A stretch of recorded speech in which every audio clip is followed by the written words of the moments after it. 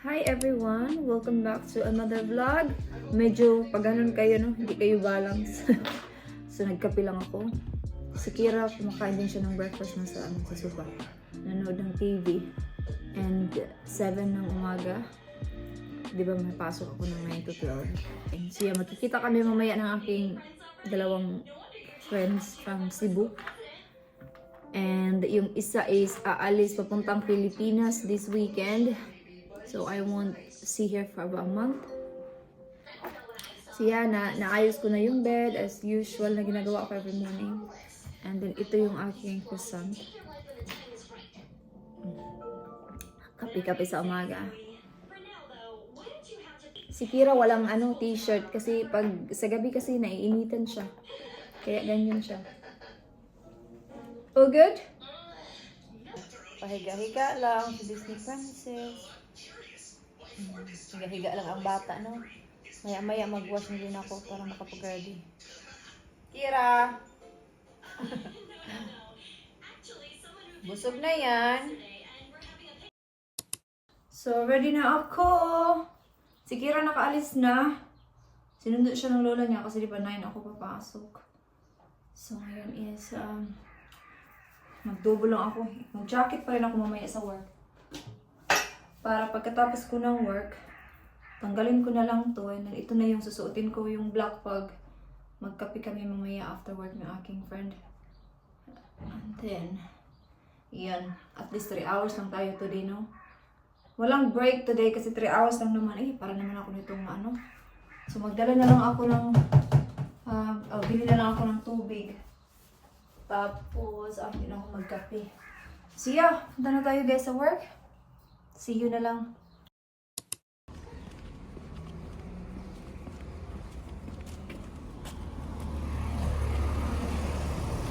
So, ako at saka yung aking manager yung mag-work today.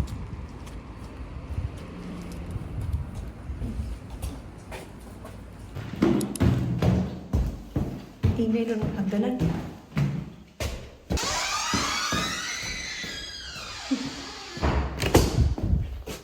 Okay, dog. Dito tayo sa CR.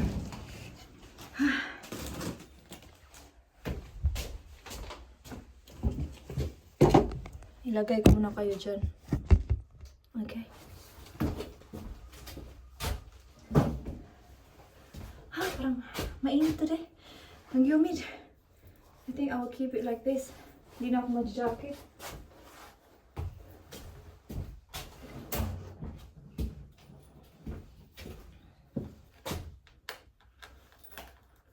May salamin kasi dito. Meron din dito. Okay.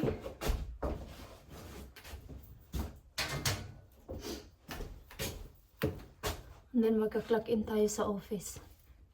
In mga 5 minutes. Yung buhok ko dito na inis ako, parang may pagka-bulky. Sinabihan ako ni Dave nung isang araw, magpakulay na daw ako kasi, di ba? Gusto ko magpakulay. Pero sabi ko, wag muna ngayon siguro sa na talaga, mga summer na talaga, yung July, ganun. Ngayon, hindi pa naman. So, tali summer, walang on and off pa yung si Mr. Sun. Okay.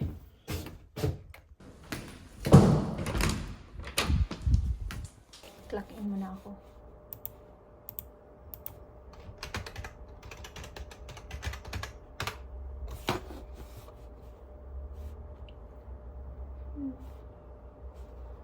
Okay. Hold on. 12 na! Tapos na yung work. Okay. Alam niyo ba na happy talaga ako pag natatapos ako ng maaga. Kasi hindi ako normally natatapos talaga ng maaga. Like, normally yung hours ko talaga na nag-work till 5:30 or midday till closing. Ngayon 12 pa lang tapos na, nakaka-happy. You know? So yung friend ko, nandun na siya sa baba. Actually, nag-vlog siya. I-insert ko na lang. Tapos mag-jacket na lang ako. Mag-clock out pa ako. Punta na tayo sa office para mag-clock out. Diba? Iwan ko to dito kasi may work pa naman ako sa Friday. 9 to 1 ako sa Friday.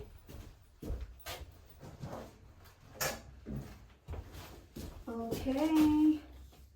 Then, pupunta tayo sa cafe para magkape. Let's go. So, mag-clock out na naman tayo. Minsan, pag nakakalimutan kong mag-clock out, wala namang problema kasi pwede naman yun gawin sa manager. Basta sabihin mo lang, nakalimutan mo. Okay. Gutom na rin ako kasi lunchtime na din. Clock out. Oh, done. Let's go! Okay, thank you very much.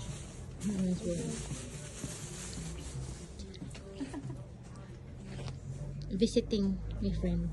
You all sorted then? Huh? Your suitcase? Yes, I've done the suitcase already and stuff. Yeah. 30 seconds yun nga. Just send it to my... Yeah. Go para ba kayo ang kwan eh? The sales assistant is very pretty. Both.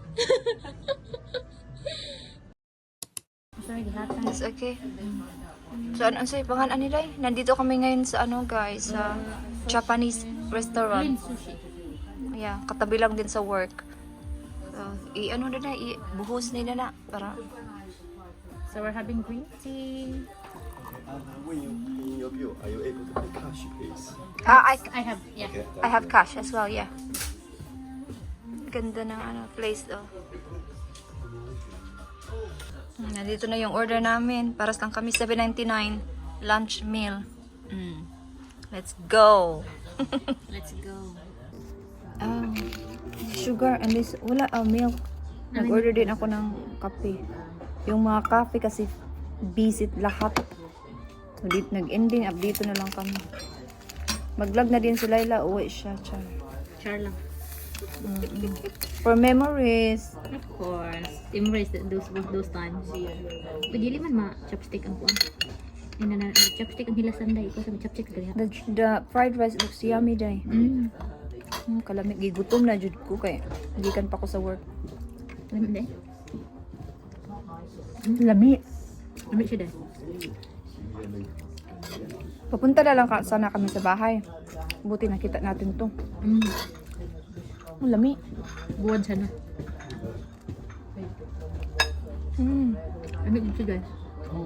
Sulit. Lami. Freshly fried din siya ka, diba? Dili siya ka nang nakatunga na. Masarap. $7.99 lang siya. Tapos, ito £1.50 yung kape. I am home! Alas 2 na ng hapon. So, after namin kumain, pumunta kami sa Morrison, pumunta kami sa charity shop. Kasi may hinahanap si Laila na pwede yung madala sa Pilipinas. Kasi uwi siya diba sa Sunday. Tapos, pumunta kami sa Morrison. So, bumili ako ng baked beans for tonight. Kasi, sa dinner namin.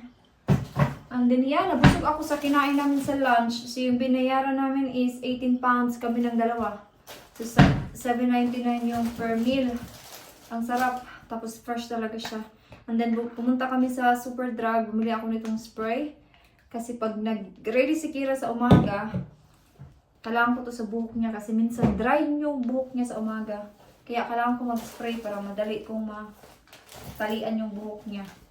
So, yeah. So, kailangan ko munang magbihis para makapag-vacuum kasi hindi ako nag-vacuum kanina. Pero mag-relax muna ako. As in, kaka-uwi ko lang talaga. And, bago, si Kira kasi alas 4 pa yun. So, alas 2 pa lang. So, meron pa akong 2 hours. Bago siya uuwi. So, maglinis muna tayo. Mag-relax. And then, mag-edit konti. So, yeah. I'll see you na lang mamaya, guys, pag nakabalik ulit ako. Pag hindi ko kayo makalimutan.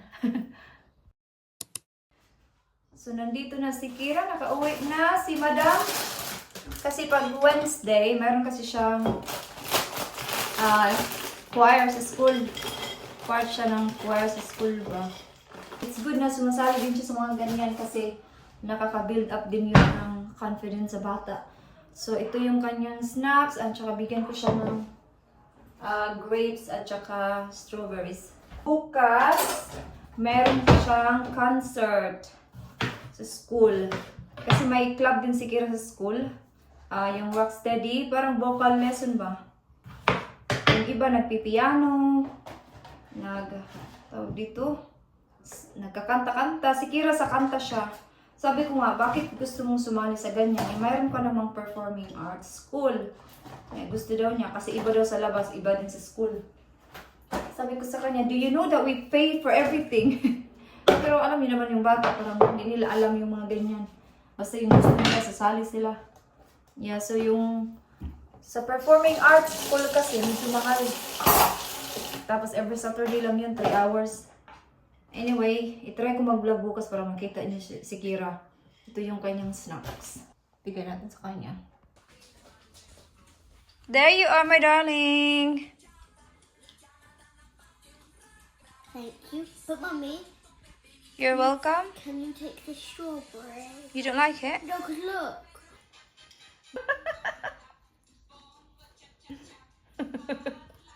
Gigutom yan.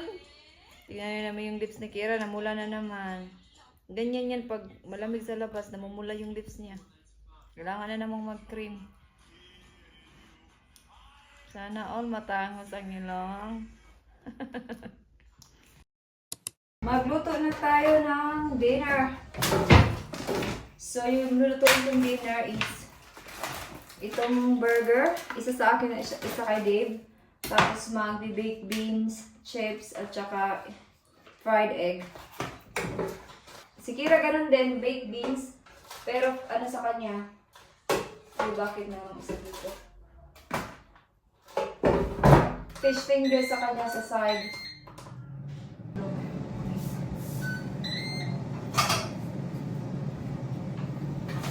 Sige pa, on the way na yun.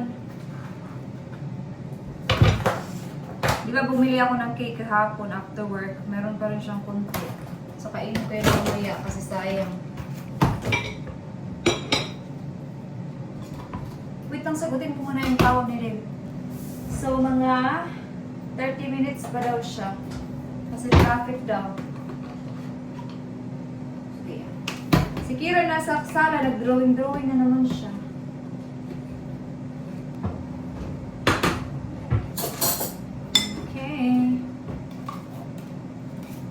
Initin natin yan sa microwave.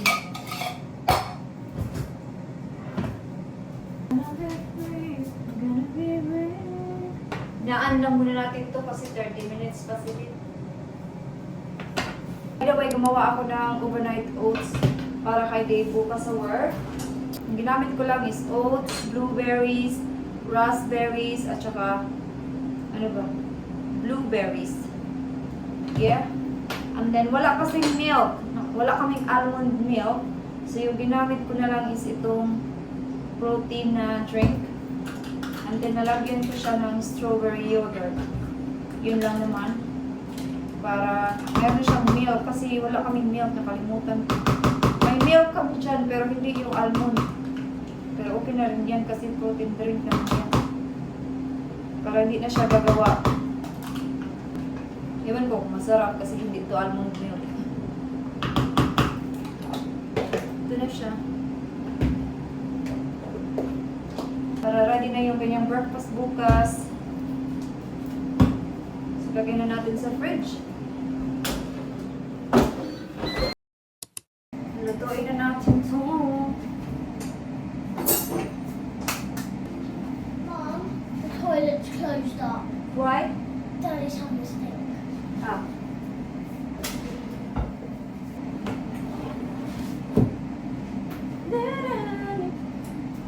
Serve muna natin yung kay Kira. Kira! Can you please wash your hands, Bob?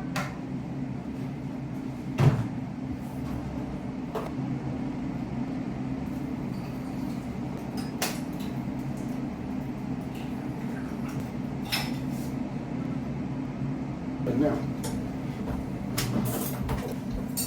Si Tibla yung ginawan ko ng itlog kasi ayaw ko kumain. Kasi kung mag-itlog pa marami na, hindi ko na yan maubos.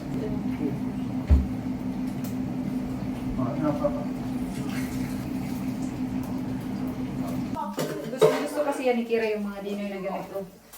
Yung parang dinner na parang breakfast. Then ito yung kay Dave. Ang collapse din. Okay, cool. Kaya kakain muna kami mga ka-wonder. Okay? Or maybe i-end ko na dito yung vlog kasi mahaba na, no? So yeah, so thank you so much guys for watching this vlog. And I hope to see you guys on the next one. Bye!